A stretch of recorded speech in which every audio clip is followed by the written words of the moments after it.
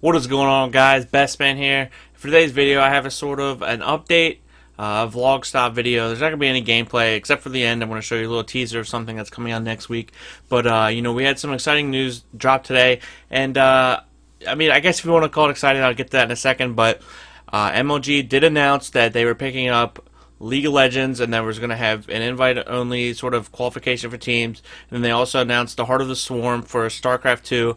And I'm sure there's more details that come with that, but that left a lot of Halo players in the dust. And shortly after, I believe a few hours, they announced that there will be an MLG Reach spring season, but it's going to be online play, and it's going to be going through game battles. And we're going to get into that right now. So pretty much, I think you guys are going to be able to read it on the screen right here. But if you want to read along with me, the Halo community, players, fans alike, come out in full force at the Winter Championship to support MLG's longest-running franchise. Your loyalty and enthusiasm did not go unnoticed, and we know you've been waiting to find out what spring has in store.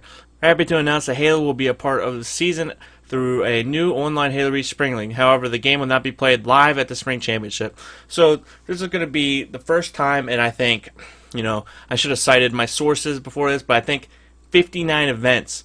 59 straight events MLG has had Halo, and a player like me who goes back to 2006, like this wasn't even an afterthought of Halo dying out at MLG live events. And it's some of the higher ups back then even used to like kind of when PC started to get it into it, sort of like shrugged off the whole esports terminology and all that, and it just completely changed. Like nowadays it's all StarCraft 2, and it's all League of Legends is even outdoing StarCraft 2 in the viewers. So this is a culture change for MLG. It's going to be all PC at the live championship with, I guess, fighters is, I don't refer to them as console gaming, because they can really play on anything they want, because they all use sticks, so for the most part I believe. But so this is something different. I've been to, since 2006 Meadowlands till 2012 Columbus, I've only missed one event, and it was because it was top 8 only, and I did not qualify for it. And that was Vegas 2006. So I've been to like 30 some events in a row, and I don't know if I'm going to make Anaheim if there's no Halo, and especially I don't know the details about the spring when the dates start. But let's continue to read on here. And they state, we are continuing to work with the game publishers in order to potentially feature a new Halo franchise at a future Pro Circuit Championship event, and we'll provide updates as soon as they're available. In the meantime, there's plenty of Halo to be played. So this is where they get into sort of specifics. It'll be played on game battles. Registration is now open, so you can enter now, and it will remain open until May 23rd. So that gives us about April 27th, and so it gives us about a month. Let me look at my phone. Yeah, to prepare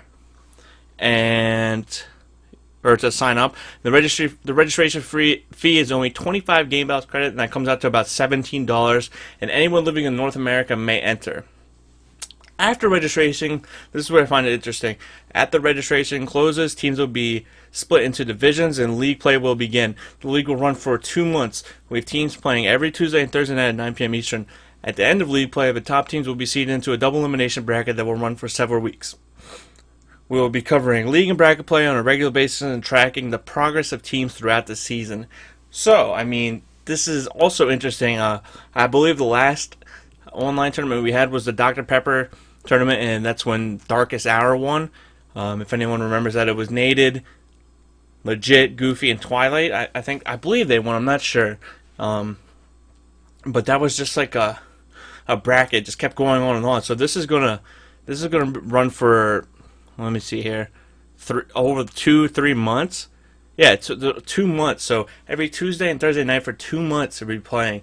So this is also interesting to a lot of people. A lot of people out there are probably they're not going to be, school's going to be going over with classes or whatnot. But a lot of people have jobs and requesting off every Tuesday and Thursday night. Or I already know one in particular is Campy. He said he's going to be he's going to have a job after he's done with his classes. So he might not be able to play in it unless he can work something out. So that's that's going to cause a lot of scheduling conflicts, especially in the weekdays. And going on for, what is it, 2 months? Like very strange. But you know, a lot of people are going to say at least they gave you something, at least it's better than nothing, blah blah blah blah blah. I mean, that's true and everything, but Halo has never been an online game. COD is played well online for the most part, but Halo is just it's just not, it's not an online game. And you know, we're going to see a lot of negatives, whether it's the DOSers or whatever they're called, hitting people offline if they're trying to stream. So we're going to have a lot of the viewership may go down because we might not have people stream if you're playing in the online in the tournament, because that may come as a disadvantage if you're getting online to stream and someone's hitting you off. So a lot of teams are probably going to appear offline and do all that. Like, it's just going to be a hassle. And I know the game battles, the whole like disputing and all that in the past has been kind of bad. So I don't know how that's going to go now, because I mean, I haven't experienced it in quite some time, but I remember getting losses and just going through hell to get like the matches recorded right. So it's going to be very interesting to see. And if you guys haven't seen any of this yet, you can check it out on MajorLeagueGaming.com or HaloCouncil.com. We have the article up there as well. But you know, it's going to be game battles. I mean, this is such a, it's a shock to me, because Halo's not an online game. So let's see how this goes. So later on, they say the spring ladder gives you the opportunity to stay in the game and keep your skills polished while winning prize money in the process. How much prize money? It's up to you. 100% of registration fees will go towards prizing. So the more teams that register, the higher prize purse gets. That's also interesting. So MLG is pretty much not throwing any money whatsoever at us. This is all going to be on who signs up. And if my math is correct off the top of my head, it's $17 per 4 players. That's going to be, and I should have done this live. It's going to be 17 times 4. That'll be, you know, 50 some whatever. 50... whatever, you guys can make fun of me in the comments, but you know, that's going to be a lot of teams to cover, you know, a decent prize money, you know, just for like a 10 grand prize purse. That's going to be a lot of teams.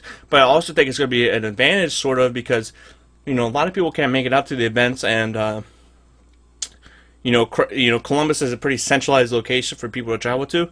When we're talking about Anaheim, we're talking about Dallas, a lot of people can't travel there. So I think it's going to cause a lot more teams to sign up now that anybody in North America can. So I'm expecting a decent to good turnout, but I don't know if the prize money is worth the stress and all that we have to go through with, you know, the online play. So you know, that's very interesting. You know, that just came out today.